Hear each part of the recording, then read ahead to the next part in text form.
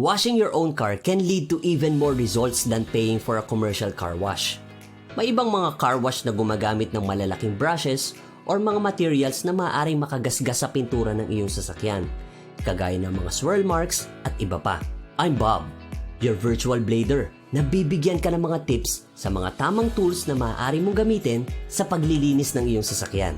First, Microfiber Towel. When you clean your car, una mong hanapin ang Microfiber Towel.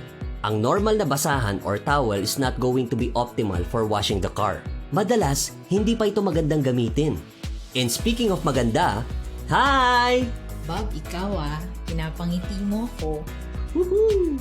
Okay, so there, microfiber. Ayan, nawala na naman ako.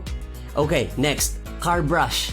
Sa pagtatanggal ng mga dumi sa sasakyan, you need the perfect tool to do the job. Hindi sapat ang soap and water dahil kailangan mo rin ng isang effective na brush. Because this will allow your car to be washed swiftly and effectively. Next, garden hose.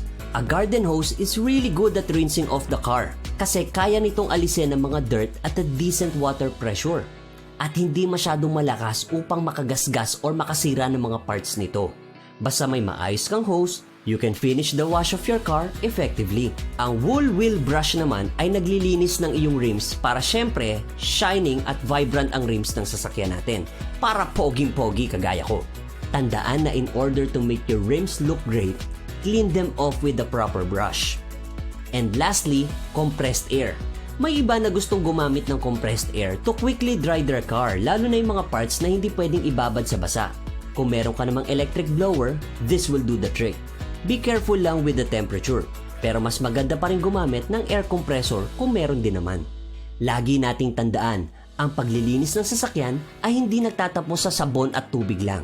Sometimes, we need to consider using the right and proper tools para manatiling road pogi ang ating mga sasakyan. At para sa iba pang Bla-de-Boom na tips and maintenance needs, visit blade.ph.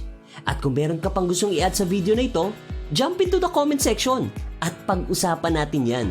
Don't forget to like, share, and subscribe and hit that bell icon to stay updated with our new releases. Blade Auto Center. It's Blade, it's better.